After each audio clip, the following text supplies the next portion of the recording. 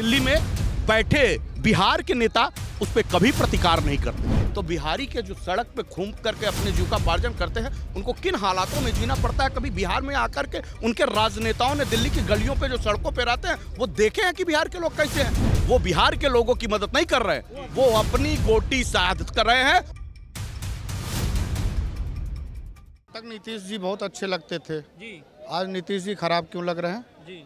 पहली चीज। दूसरी चीज, दोनों हमाम में नंगे हैं, चाहे वो नीतीश कुमार जी हों या तेजस्वी जी हो। आपको क्या लगता है कि एनडीए में शामिल हो गए तो अब ये चीजें दूर हो पाएंगी? ये राजनीतिक बात है, ये राजनीतिक सत्ता के गलियारों में जो भी, चाहे बीजेपी में तब तक भ्रष्टाचारी थे, आज कल नीतीश कुमार पहुंचेंगे, गंगा जल से नहला दिए जाएंगे। इनसे ज्यादा भ्रष्टाचार गंगा जल से नहला दिए जाएंगे एकदम। वो बीजेपी का एक गंगा जल है, उस गंगा जल से नहला दिए जाएंगे। कल से वो एकदम शुद्ध हो जाएंगे, वो फिर से पुनः सुशासन बाबू वाली छवि में वापस आ जाएंगे। अब बताइए ना, कर्पूरी ठाकुर साहब आज थे क्या? आज थे। भारत रत्न की बात आज ही क्यों चली है चुनाव में? क्या देश के जनता, बिहार की जनता पहले नहीं थी? क्या नीतीश जी जब थे 15 साल से राज कर रहे थे तब कर्पूरी जी नहीं याद आए थे?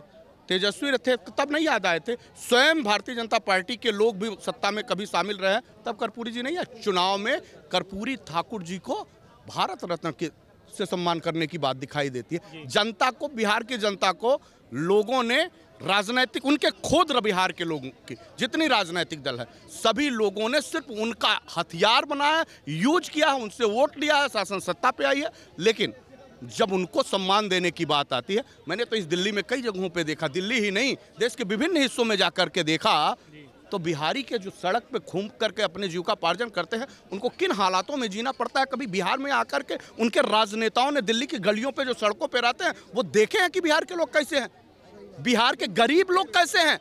ध्यान दिया है कभी जब उनको चौराहों पे खड़ा होकर बिहारी बोलते हुए, उनको गाली देते हुए रोक कहते नजर आते हैं? क्या वही आरजेडी के लालू यादव और तमाम उनके परिवार के नीतीश कुमार, यहाँ तक कि चिराग पासवान जैसे लोग भी उसी को देश में नेशन फर्स्ट, यूथ फर्स्ट करने की बात करने वाले, बिहार के लोगों की बात कह के उत्थान करने वाले, क्या इसी दिल्ली में रहने वाले बिहार के लोगों की बात करते नजर आते हैं? ये सब राजनीतिक एजेंडा फिट है।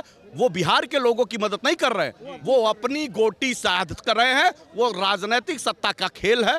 कौन जीतेगा कौन हारेगा, बिहार की जनता को इससे मतलब नहीं है। बिहार की जनता को इससे मतलब है कि उनकी गरीबी कम मिटेगी, उनकी भुखमरी कम मिटेगी, और उनका सम्मान जो पहले तमाम ऐसे लोग जिन्होंने इस अखंड भारत की स्थापना में बड़ा महत्वपूर्ण रोल अदा किया था, वो सपनों का बिहार कब सुंदर और व्यवस्थित होगा, इसकी परिकल्पना कर रहे हैं। तमाम लोग पीड़ित है, मैंने कहा ना, सहारा का मुद्दा है, 2 करोड़ से ज्यादा लोग प्रभावित है। एक बार भी किसी राजनीतिक दल के लोगों ने, चाहे वो भारतीय जनता पार्टी के लोग हों बिहार के, या आरजेडी के लोग हों, या लोक जनशक्ति पार्टी, बोला क्या?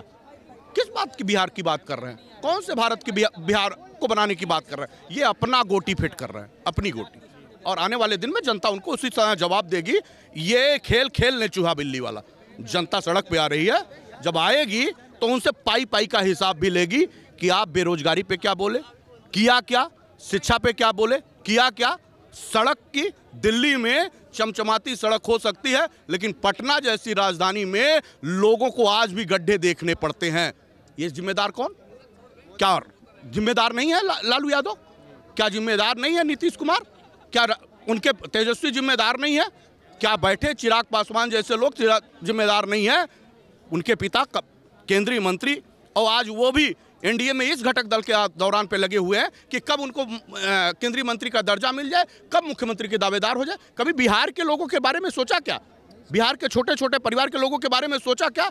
वो सोचते हैं अपनी सत्ता और कुर्सी के नाते। आने वाले समय में क्या परिवर्तन देखने को मिलेगा? समय तय करेगी। जनता बहुत जागरूक हो गई है, पहले से ही पढ़ी लिखी बिहार के लोग थे, पहले से ही पढ़े लिखे, लेकिन अब जागरूक होगी तो सबक सिखाएगी, उनको सबक सिखाएगी कि सदियों से ठंडी बुझी राख सुगबुगा उठी, धरती सोने का ताज पहन इठलाती है, दो रात समय का घर घर नाथ सुनो, सिंहासन खाली करो की जनता आती है। बिहार की जनता में वही कहा है जो कभी इंदिरा की सत्ता को हटा दिया था, याद है ना? बिहार में मूर्धन्य विद्वानों की कमी नहीं थी, तो तमाम ऐसे क्रांतिकारियों की भी कमी नहीं है। और सड़क पे जो जनता निकलती ना, पढ़ी लिखी है, लोग उसको चाहे जिस तरह से ट्रीट करें बिहार के बाहर, लेकिन ना उनसे ज़्यादा आईएएस दे पाई, आईपीएस दे पाई, ना पढ़े लिखों की दे पाई, और ना मेहनती दे पाई। मेहनत करते हैं बिहार के लोग तो देश दुनिया में ही, भारत में नहीं दुनिया में प्रतिस्थापित दिखाई देते हैं। आज हम यहाँ पे आप बिहार में दिल्ली में बैठे हैं, 80% 70% की आबादी अगर सड़क पे रिक्शा ना चलाती तो दिल्ली के वालों को निकलना दूर हो जाता।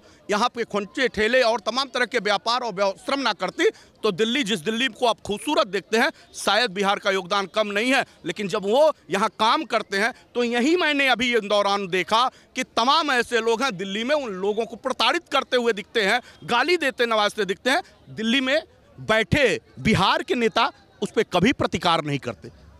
वो उनके परिवार के लोग नहीं हैं। जवाब तो दिल्ली से जब जाओगे बिहार में तब मिलेगा।